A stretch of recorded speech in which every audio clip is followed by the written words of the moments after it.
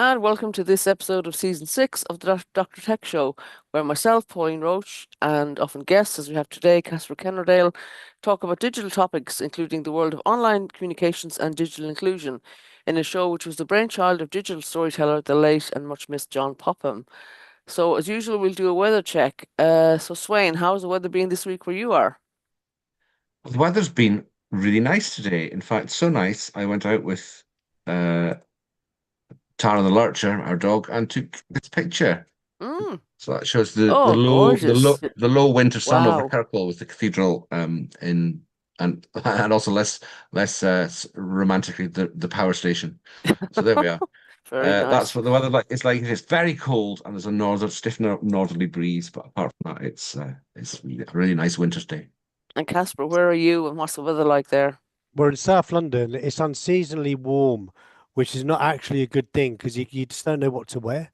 So I'm Mm. Mm. perpetually too hot Mm-hmm. or too cold. But there you go. Wouldn't like it to be simple. Yeah, no, No. indeed. Well, here in the west of Ireland, it is. I can see some blue out the window, but it's been very wet, and cold, and but like you, Casper, don't know what to wear from one day to the next, so it's constantly taking clothes off and putting them on again. Yeah. So it's a challenge. So great. So we're delighted you can join us today, Casper, and we look forward to speaking to you during the show. We'll just go through some dates and events before we do that. So, Swain, do you want to lead off on dates? Yes, the first date I have, the first two dates I have are both international United Nations days of. And the first one is International Migrants Day. Uh, and this is highlighting the need for safer, fairer, and more inclusive migration systems across the world. I'm just checking that everything's working. For some reason, I keep getting lots of adverts at the moment. There we are, that's gone. Mm. Um, so the migration system often lacks understanding, investment, and evidence to meet today's challenges. And the United Nations General Secretary Antonio Guterres said, on this International Migrants Day, let us stand together for the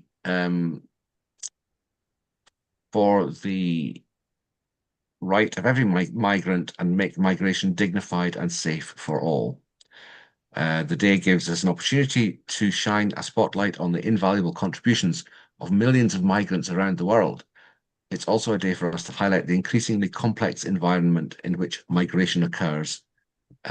Conflicts, climate-related disasters, and economic pressures continue to drive millions of people from their homes in search of safety or simply opportunity. So the levels of migration, as we know, are getting more and more as the years go by, and this is a day to try and think about how we can make it fairer and better for everyone. Mm. There is actually a short video which I'm going to play. It's about a minute long. Mm-hmm. Since 2014, nearly 70,000 migrants have died or gone missing along land and sea routes, with the true number likely far higher.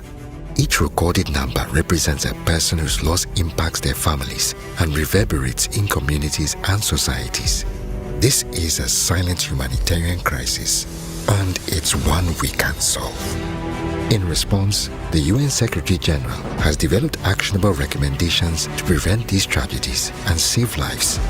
These recommendations focus on 5 key areas: preventing migrant deaths and disappearances by reducing risk along dangerous journeys and responding to distress situations, particularly where people cannot access life-saving and essential humanitarian support.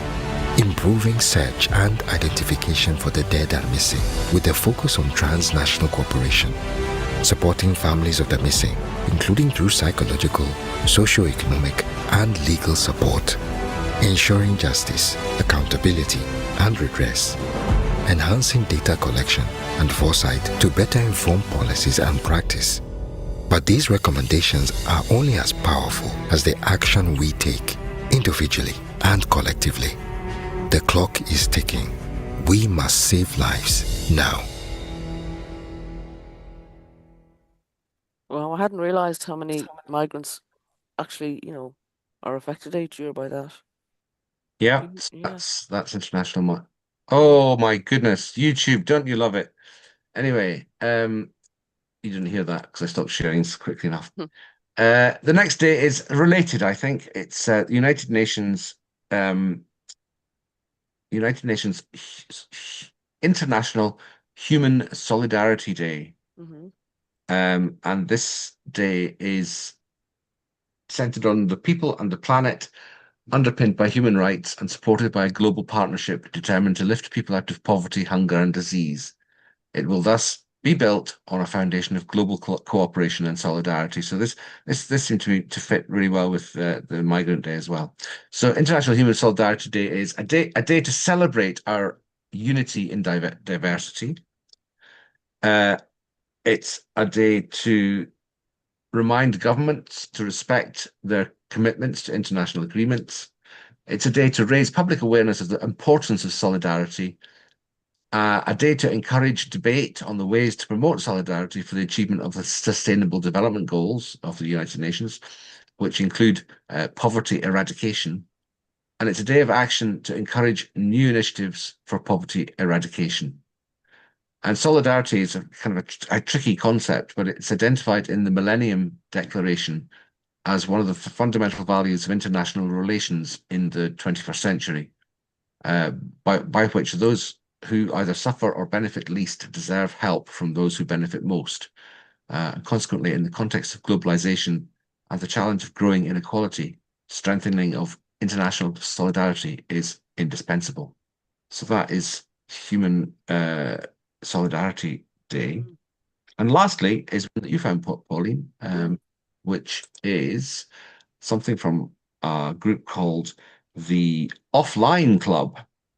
And their idea is that we should have a day, and they suggest the 11th of January next year, to be offline. And it's a day that thousands of people ditch their phones for 24 hours to start 2026 with a day of rest, relaxation, and human connection. So those people will join the Offline Club's Global Digital Detox Challenge and finally enjoy time with no distractions, no stress, and no social media. A day to focus on yourself, your loved ones, and the world around you, and hopefully thereby make you reflect on some of these other things we've been talking about this morning. And there is a short video with this one as well. Oh, that doesn't work. Of course, it doesn't work. It's very short video. Need to turn the sound on. Yes, I thought I had this sorted out. There we go. That's more like it.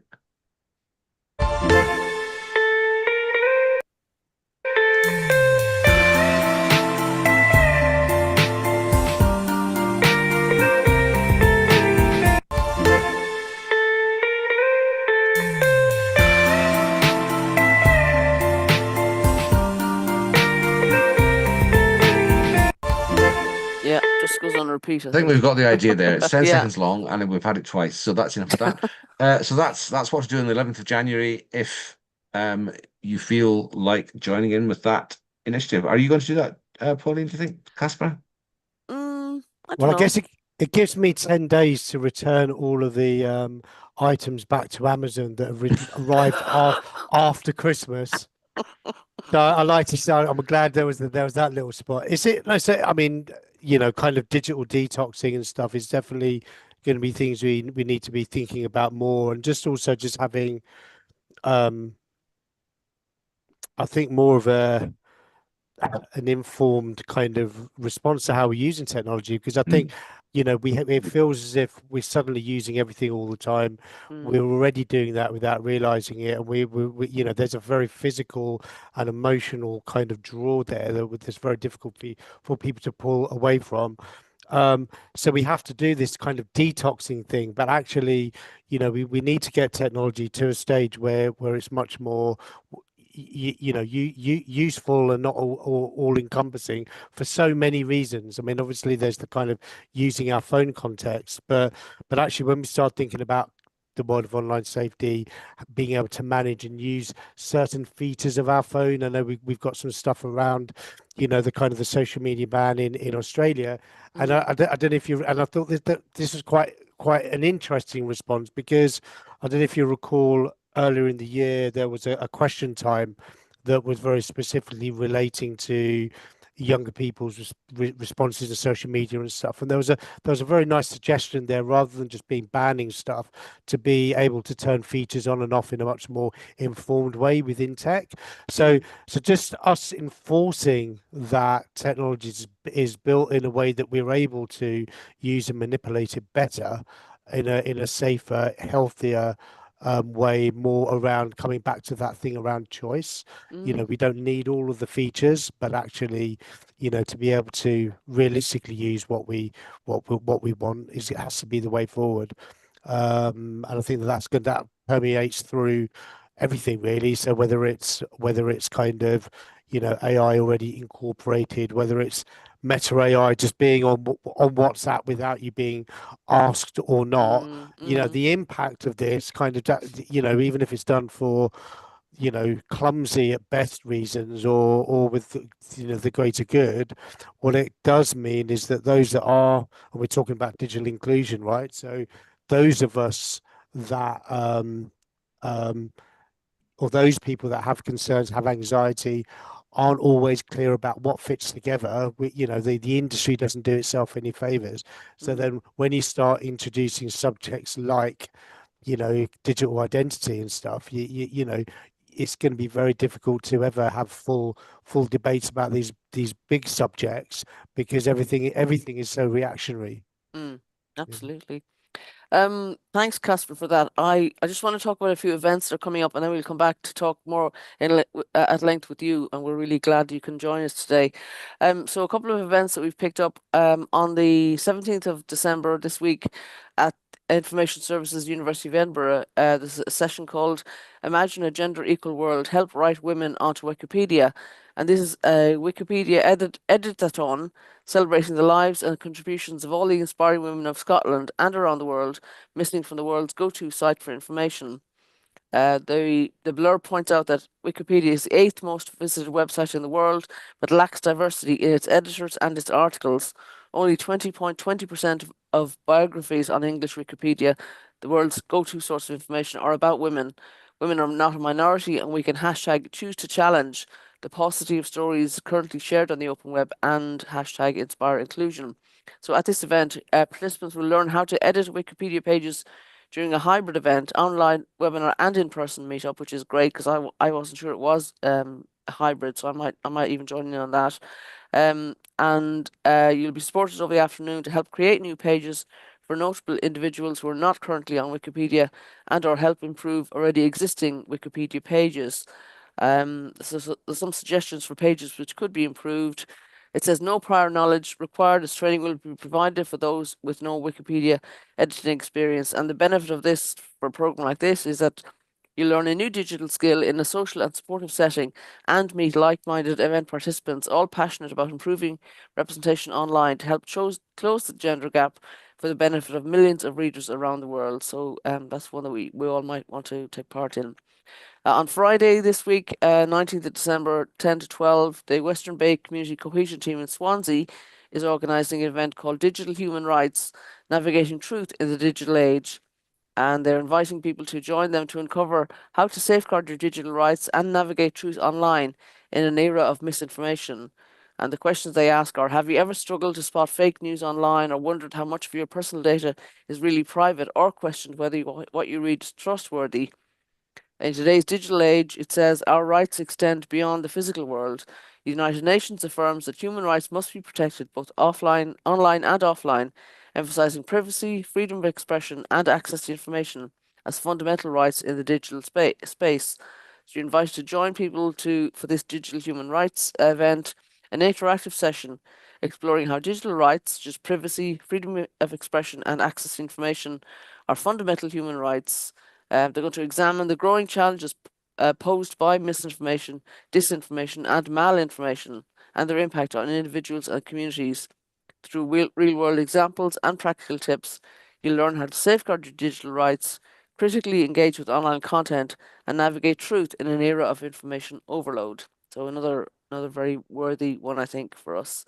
And finally, there's an event I've picked up for January in the Watershed in Bristol. and this is called the Digital Design Activism Lab, and this is a guerrilla workshop, so described, that explores design and culture as tools of resistance. Participants learn to craft visual storytelling that circulates through culture, spreads, and reshapes public imagination. Blending radical micro lectures with hands-on experimentation, the lab invites participants to reclaim design as dissent and join a movement of cultural resistance. This is a collaboration between Ex Vendetta, The Climate Propagandist, and Entertainment Plus Culture Pavilion in partnership with Siddiqui Media, and it's going to be hosted in the Pervasive Media Studios at the Watershed in Bristol. So, some great events there. The Wikipedia one is the one that I'm going to try and join in this week. So we're delighted to welcome back to the show Caspar Kennerdale, an old friend of ours, Managing Director at ClearCommunityWeb. Caspar is passionate about digital inclusion and keeping things simple, safe, and building confidence. Caspar set up ClearCommunityWeb, a South London-based social enterprise dedicated to developing digital skills in older people, vulnerable adults, and carers, and it also works with non-profits and charities to help them better assist their beneficiaries. Caspar, you're very welcome to the show. How have you been since it's been a few years, I think, since we last had you on. So, Yeah, a little while. a lot of things have happened. And you're certainly featured whenever I look online about digital inclusion. Your ClearCommunityWeb comes up again and again, so you're obviously still doing great things. How are things with you these days? I mean, it's been a tough year, I think, actually, for a lot of people. And I think, and I'm not quite sure, there isn't one kind of specific reason. I think, particularly with the non-profit kind of world, voluntary sector, what we see in kind of in South London where we are, we're always kind of impacted with just the wider industry, which is kind of sort of less about kind of digital inclusion, but more as the work that we've been doing is more front and center within support services that other people are providing, which is something that, you know, we were quite keen to kind of highlight. And rather than and to be able to support other people to be able to do that better. What that suddenly means is we've got a different range of what feels like competitors when we kind of going for kind of, you know, kind of smaller funds. And it kind of feels, you know, you know, it feels a bit incongruous. It sometimes feels a bit of a nasty taste in your mouth kind of thing. What we've always tried to do is kind of, I guess there's two things, really kind of support the people that we're working with. So that's helping people build confidence, get access to kind of technology. We help really with the usage and the understanding and the awareness. We partner with people around kind of the donation side of it. But in parallel, a real driver for me in parallel has always been around providing opportunity, creating jobs fundamentally. And those two together has meant that, you know, as an organization, we have to work full time in this because we need to, you know, bring the money in. But what it means is that we can now really look at and identify what I'd call more specialist areas within this industry. We seem to have a good method of attracting people kind of through the doors, but now it's about kind of, okay, where's that change? How can we help? What are the various tools, resources, interventions that we can do to support people to support themselves better? Where are the specialist areas? And you know, so for example, we've been doing some very specific work around refugees and asylum seekers through kind of Croydon Council recently, and again, you know, looking at how we're supporting other organisations primarily through that. But what's become interesting as part of our, I guess, I don't want to say diversification because that kind of suggests that the context of saying you're diversifying means that you're trying to get different income streams. We kind of are. Obviously, there's an element of that, but really, it's about understanding the intersections, the really specialist areas, because what we're finding is from a digital inclusion perspective, some of the challenges that people have around, let's just say, safety. So things around kind of complexities of keeping track of passwords, the nuances of different types of, you know, two-factor MFA, how complicated does it need to be if I've only got one thing, and versus, you know, and it's all of this stuff. Actually, you know, what's interesting, the common themes, the common challenges that people have that are the real blockers. And if you struggle to get into an account, you can't do whatever that thing is that you need to do. So eventually you'll either never build up that confidence, and therefore without the confidence, you'll never kind of build that traction to then try some new things and then to improve your skills, or you'll just reject it. So when we start talking about things like, you know, health, etc, etc, etc, you've got the kind of have not kind of divide. But actually those technical challenges permeate through all age groups and all kind of situations. And actually what we're finding is that to help resolve that, even though the technical side might be very similar, you've got to kind of approach it in a that's very contextual to that person's situation. So with a refugee and asylum seeker context, you know, you have to be able to access, you have to be open and available in places where those people are accessing it at the time that they can see the value of the support that you need. We are in the early next year, and again, this is something kind of similar but extend, where we've been doing a lot of work with the local neighborhood watches and the police, Action Fraud, as a kind of a referral partner, providing kind of critical interventions for people that either have been hacked, victim of a cybercrime, but actually, and these aren't formal statistics, but I would say 19 out of 20 people haven't actually been compromised. They might have compromised themselves inadvertently, but actually what they're experiencing is the anxiety, the misunderstanding about everything. The impact on that person is exactly the same. The impact is exactly the same. So actually the intervention is exactly the same. You have to kind of help people you know, build those steps to form some form of recovery from that situation. That's kind of what we do. We try to build this kind of process. But what we sort of found is when we started looking at this with different age groups, and you know, particularly what is very high on sort of various safety agendas at the moment is the you know, critical situation around violence against women and girls, cyber stalking and stuff. And we've been kind of exploring, okay, what is this kind of the tech component? There's this kind of topic of tech abuse, and you know, what is there a part for us within that? And what we found actually is, you know, we kind of land on this bit of, you know, support workers, youth leaders, parents, care providers, you know, actually, you know, we've all got the same questions, we've all got the same bits that we kind of struggle with.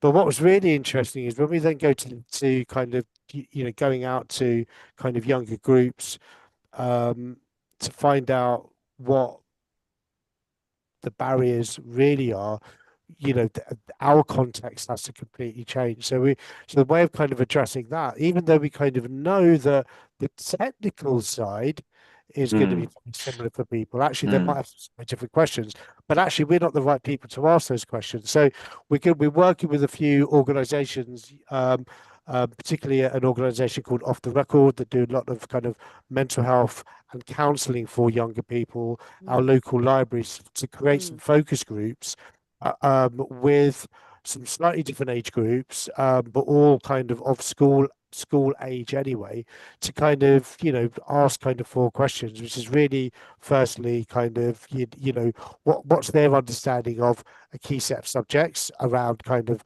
online safety that is relevant to them. What do they feel is clear about existing messaging, resources or communication? What can they do in a particular situation? And what's the impact of the situation? That So we're really sounds kind great. of we're just really trying to come at it from that we've always kind of saw that actually what we're doing is we're helping people do the stuff they need to do. It just so happens there's a mobile phone in the way or whatever, which is why we focused on the the using it, where does it all fit in kind of side of things. And I think I'm really kind of excited about that and what that kind of needs. That's enabled from a partnership that we've been developing with sort of one of our local library services at Croydon Library. We had a 3-year partnership with them funded by the Arts Council. And in part, that's been kind of supporting our digital inclusion work in the community. But a hugely important component of that is supporting their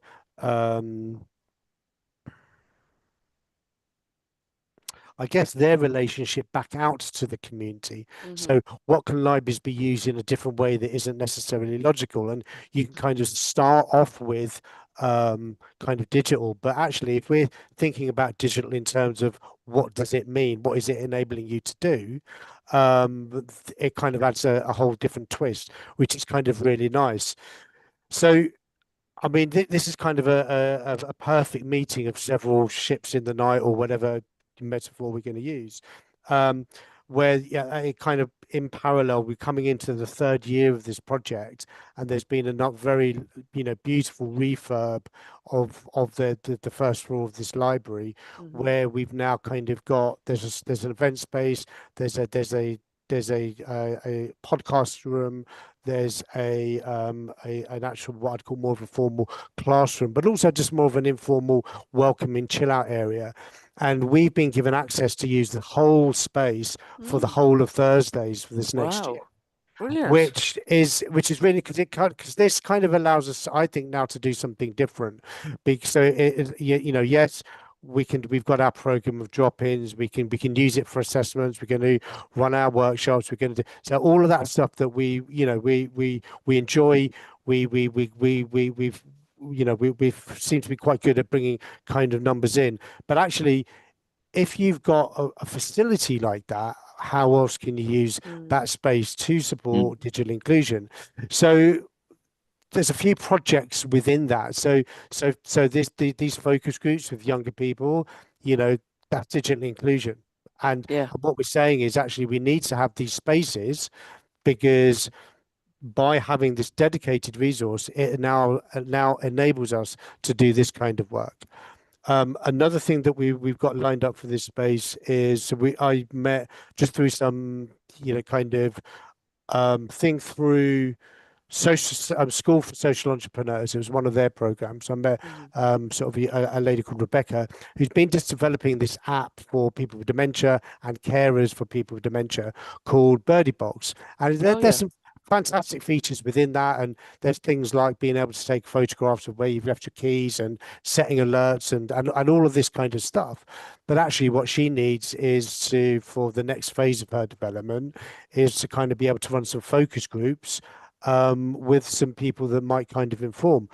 Well, using this facility to kind of say, okay, let's recruit a focus group, run it over 4 weeks.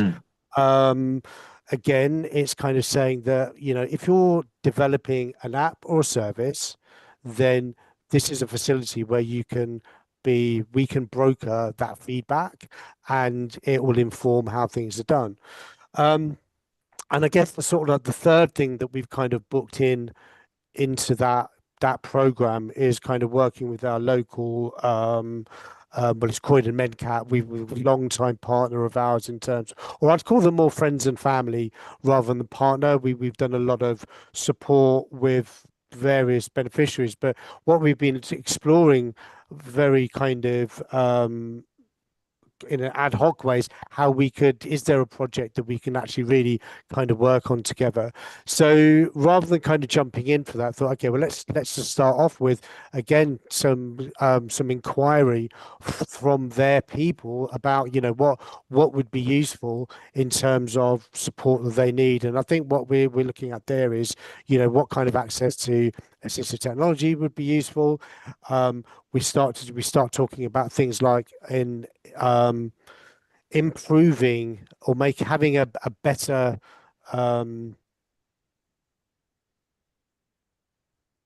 I'll explain it in a different way. It's quite often you go to Axis for work and you just get off the shelf kind of recommendations of things that you have to buy with your money. And actually, it's not to say that those suggestions are right or wrong. They're often very outdated, and they often don't accommodate that actually this person, you know, yeah, that might be quite good, but if you use this one, that would be better for that person. And often that might even be cheaper. But if this person is kind of, using budget, maybe we can lobby for the access to work to be a budget that someone can then spend with advice and support, maybe to be able to test things rather than you must now go and buy Dragon software. Brilliant. Because Dragon software in and of itself, and it's tough to set up. If you're there on your own without support, there's going to be a high drop-off rate, but it's also expensive.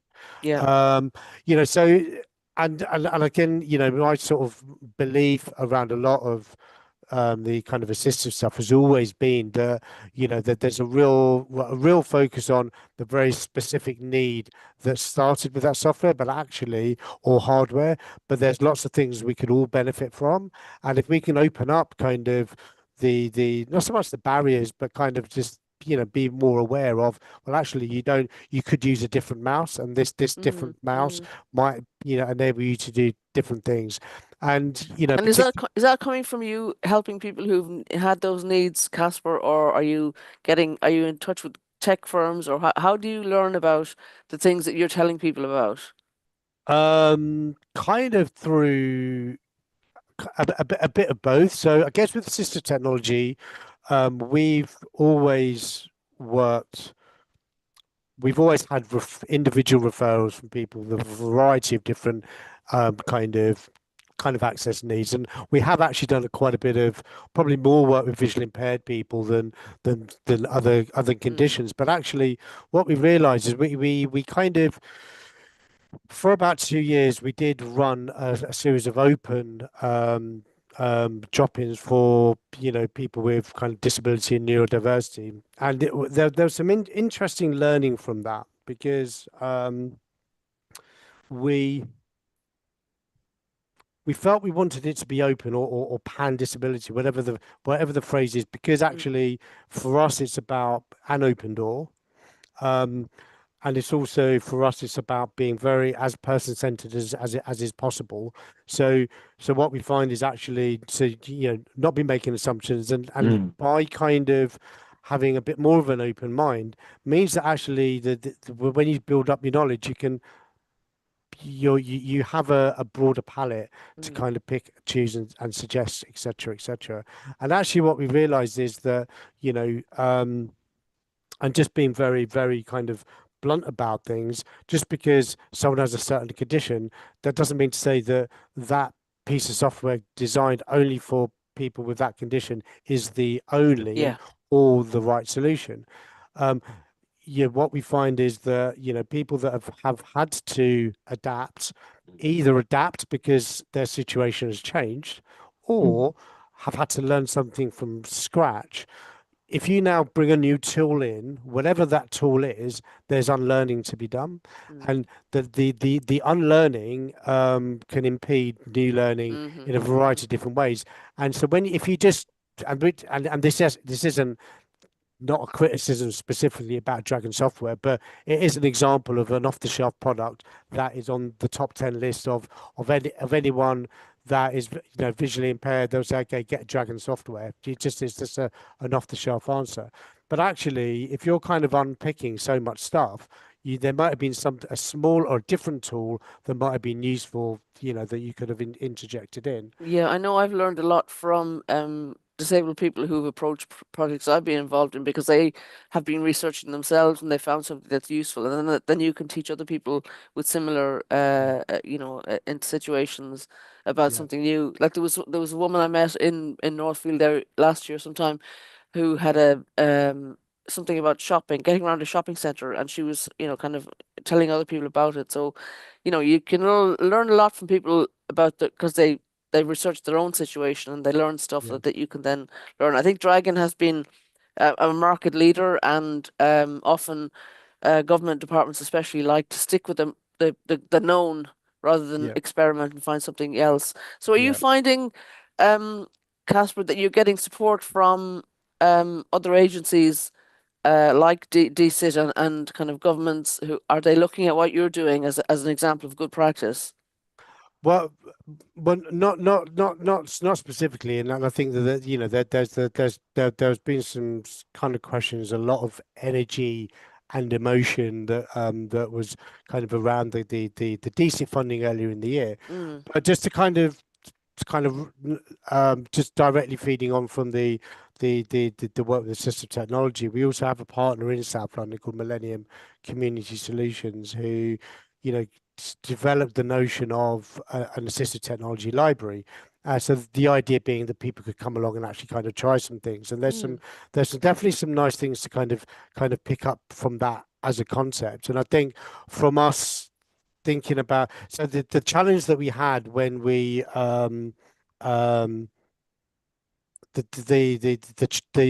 challenge we had when we ran the kind of the what we call them the disability drop-ins was that, you know, actually we had a lot of inquiries saying, well, am I still allowed to come if I'm not disabled, was one question.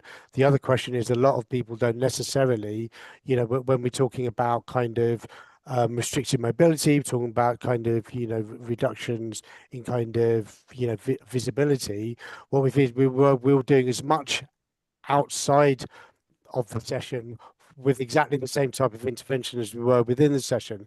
So what we realized is to kind of really develop this work, we've got to work within an organization and for it to be led by the people, or we've got to have a facility that kind of is a bit more open, because I kind of feel that there's as much here that is about testing apps and software as there is about using something like Dragon software. It's about kind of also having a bit of space where you can just explore and stuff. So this is a project. So funnily enough, we did kind of submit with Millennium Community Solutions, and both sort of, well, I can't mention the name, but two different councils in South London as kind of separate but parallel kind of bids that incorporated a significant component around the assistive technology library with Millennium, which is a fantastic idea. They're providing the library, we're providing the skills and support that went alongside it. And unfortunately, you know, neither project was funded. And when I look at the DCIT stuff, so it was, I saw the list of the projects mm-hmm. that was announced sort of last week or whenever it Yeah. was. And actually, on reflection, I was more pleasantly surprised with the range of Yeah. projects that were there. But but I am aware of at least 20 bids of people that are working already within the field who had put in projects that matched and partnered with other people, and not one person that I knew of, no, personally, Yeah. was successful. Yeah. And at small VCS, that was really tough. We weren't eligible in the end. Ultimately, people like Digital Unite weren't eligible, which Yeah. was literally shocking. Yeah. Because what this said to me straight off was the restrictions, or not restrictions, the eligibility of the fund precluded people that are already experts in the field. And if Yeah, you're I know. trying to, I if know. you're It was trying to Oh, kind of, what? ironic. Yeah. Yeah. yeah, Ironic is not the word, actually. It's too yeah, sarcastic. But yeah, I mean, I was on that briefing that they did about that, and there was about 600 organizations on it. And I suggested at the end, instead of kind of wasting a lot more time, because you know this money has to be spent by the end of March, instead of wasting time looking at applications, let's just do a kind of a nominations from the 600 people who are on the call, get them to nominate good projects, because we were all experts ourselves, and you could have had that money flowing into organizations that could do good work like yourself, Caspar. Mhm. And I'm really disappointed to hear that you weren't eligible, because what you're doing is exactly what's needed, and learning from that would seem so beneficial to other people. I mean, we were part of 5 different bids, Yeah, yeah, right? And because we had to be. That's yeah. not me being greedy. We Mm-mm. we Yeah. have to do that. But what I would say is there were 5 very distinct projects. Mm, and they genuinely were, and they were all, I mean, I'm going to say they were good projects, of course, but actually looking at some of the, they had all potential to be, have some kind of change. Yeah. But the point is that they all were good matches. There were good partnerships with, so each bid had 2 or 3 partners, or 4 partners. Each partner added something different to the equation. There was a mixture of, and none of us was successful. It's not so much that in and of itself, we have to kind of swallow that, but the effort and energy that was full time for me through August, when I really needed a break. So the impact on that's been quite profound. Yeah. And there's a lot of emotions there, because it's like, well, okay, because my fear is, is there going to be another round? It's all been fixed. We're all done now. Digital Yeah. inclusion's Yeah. been solved. DCIT have Exactly. done it. Yeah. Do Yeah. you know what I mean? Yeah. And and if you are working full time in this, because that's the other thing that there are a few projects in there, and that are new projects.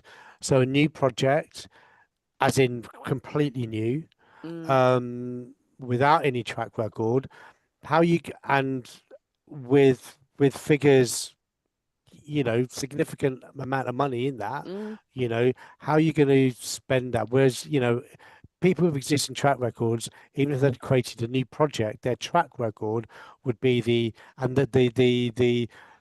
new partnership for me is the innovation.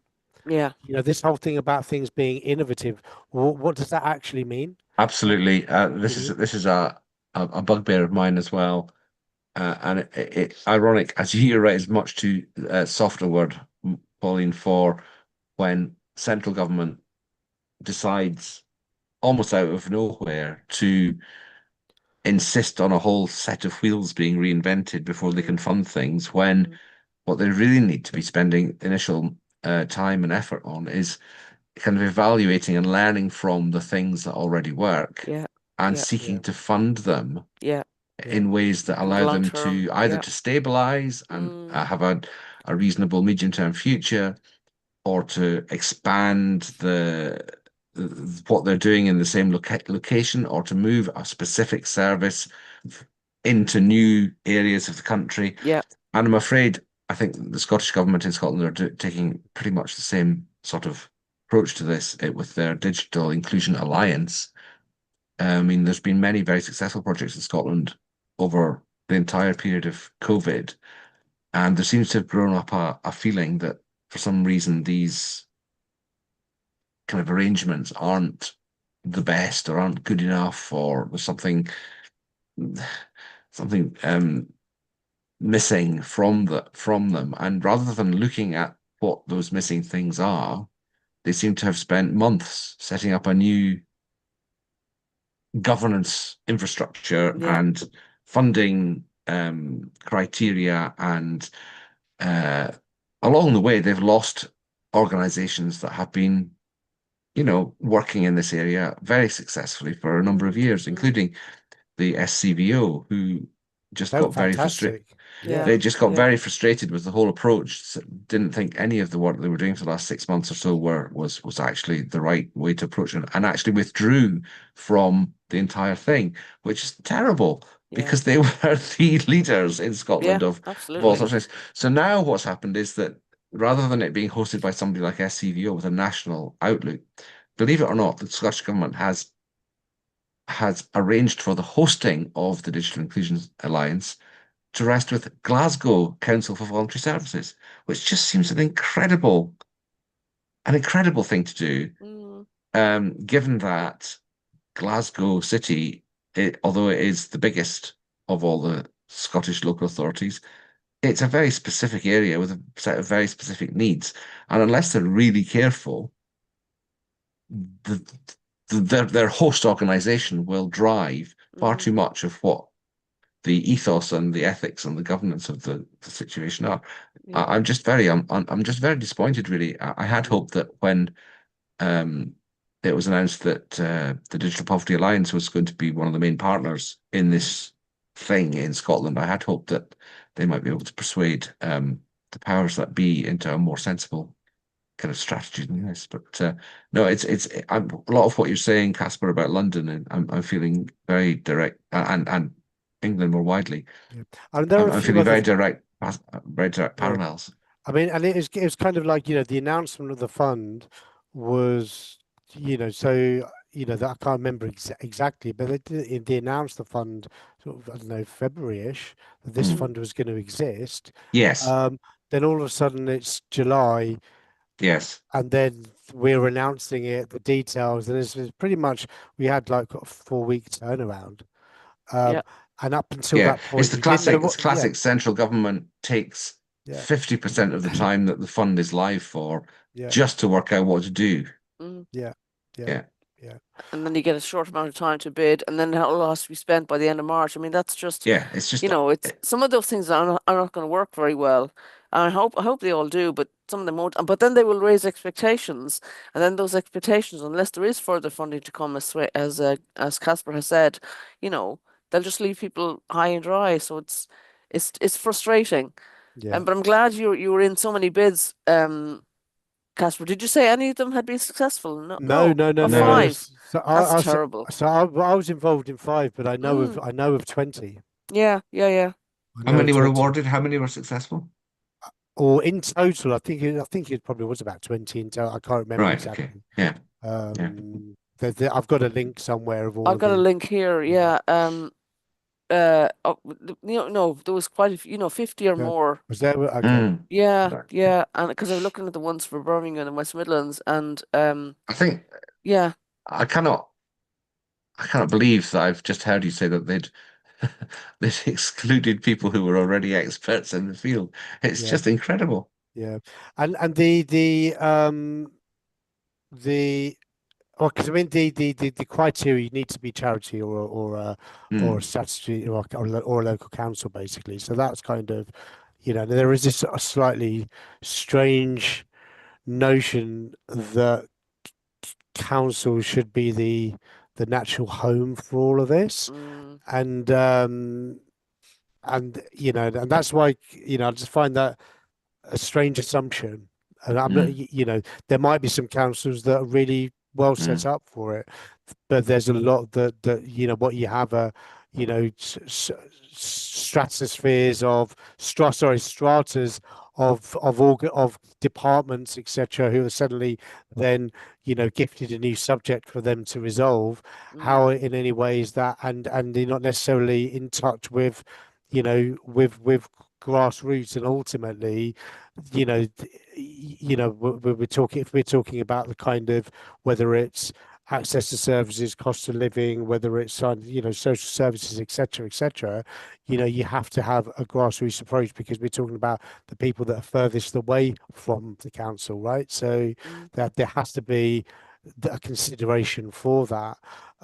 So everyone's got their place and role, but for there just to be this assumption that a council is going to be good for it, I just find slightly strange. And it's the same with the kind of the well,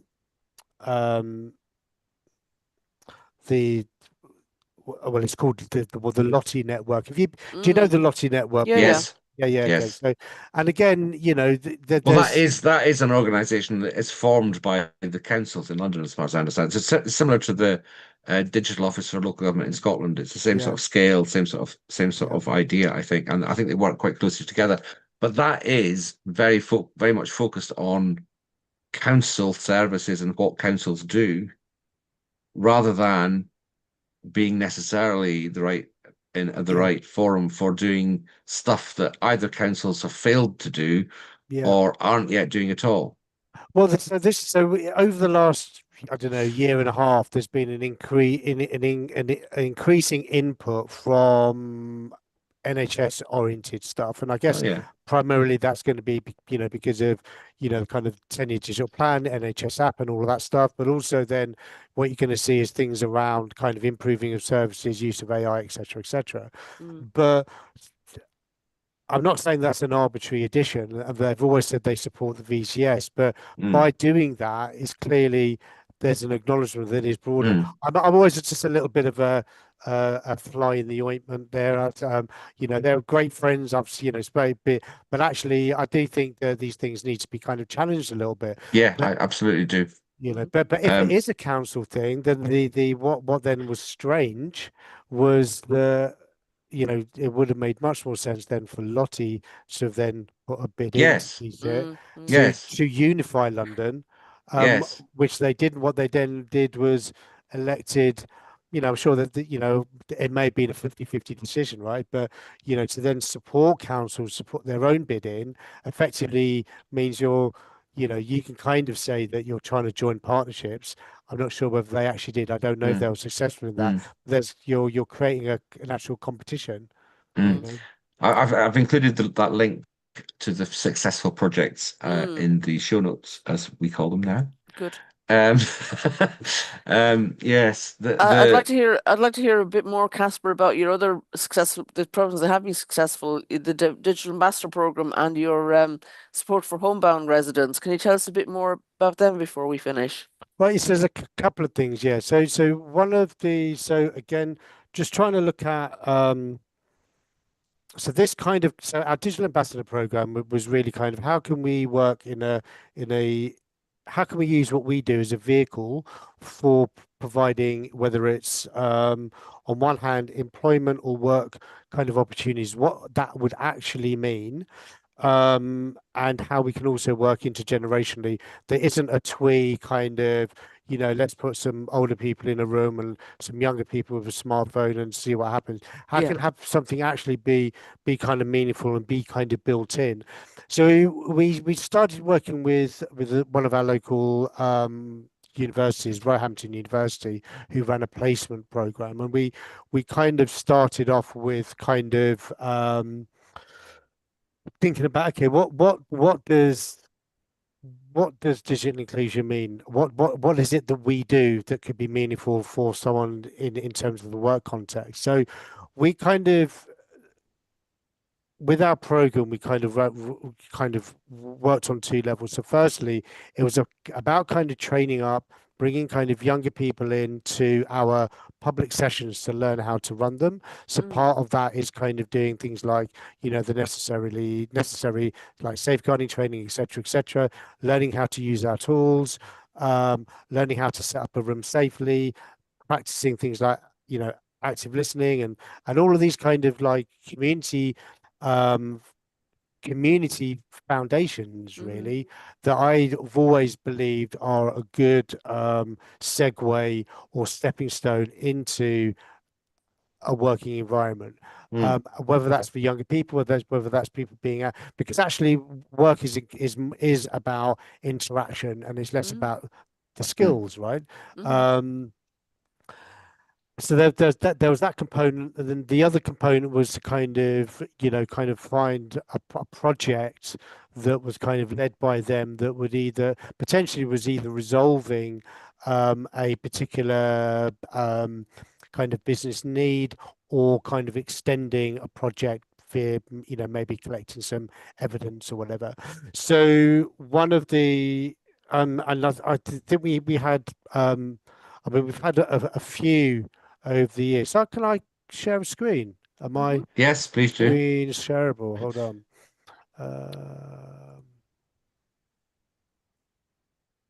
Okay, so I'm more than happy to share a link to this and stuff.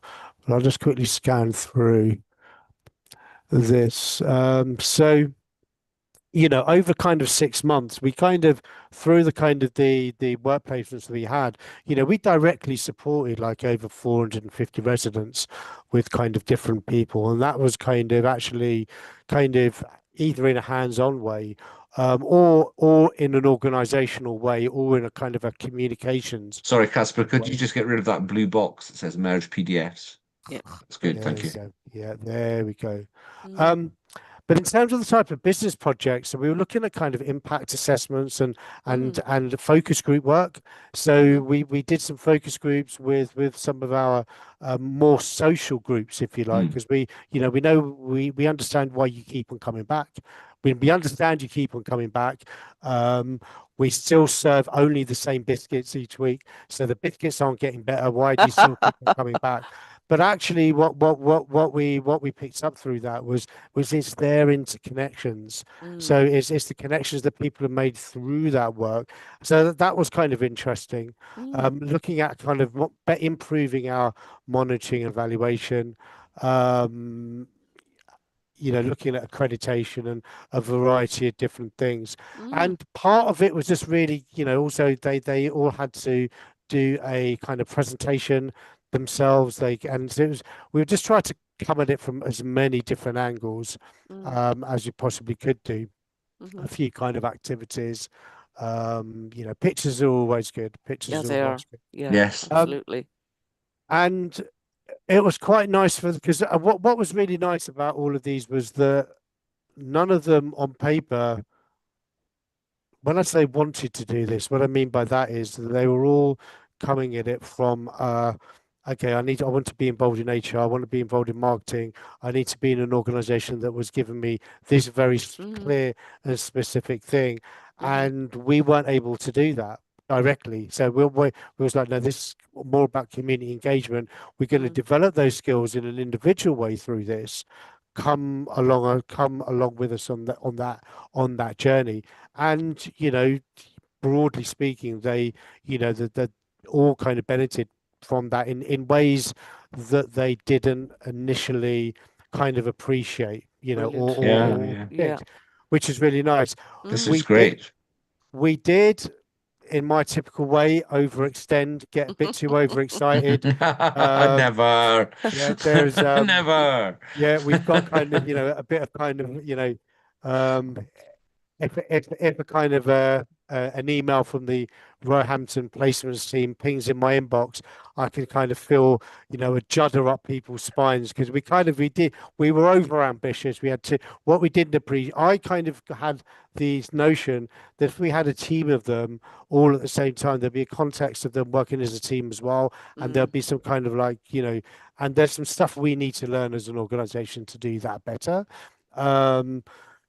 So we're hoping to kind of repeat that as an example. But what has been really nice out of this project, though, because we had a small bit of funding extended via our local voluntary infrastructure organization to support some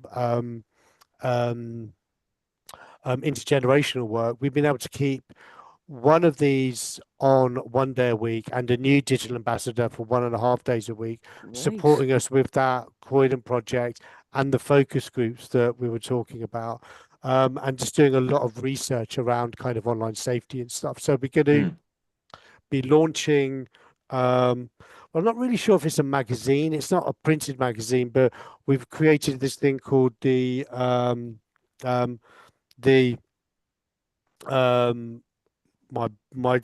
can't even remember what we've called it. It's called the I can't even remember.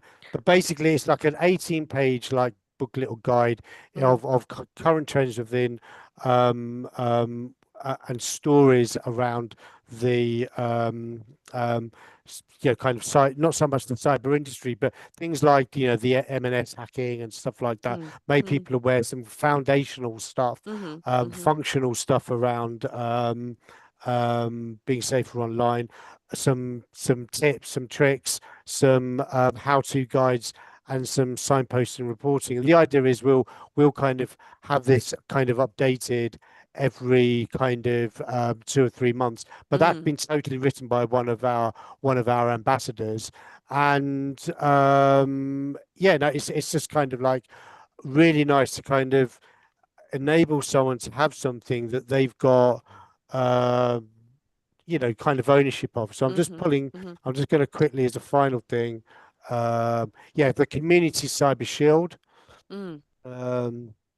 Great. It's amazing what you've been able to do, Caspar, in spite of kind of the hurdles that you've had to overcome. And in fact, that maybe makes it all the more sweet because you have been able to have such great successes. And we do recommend other projects to have a look at what you've done so they can learn from and benefit the number of people that you have as well.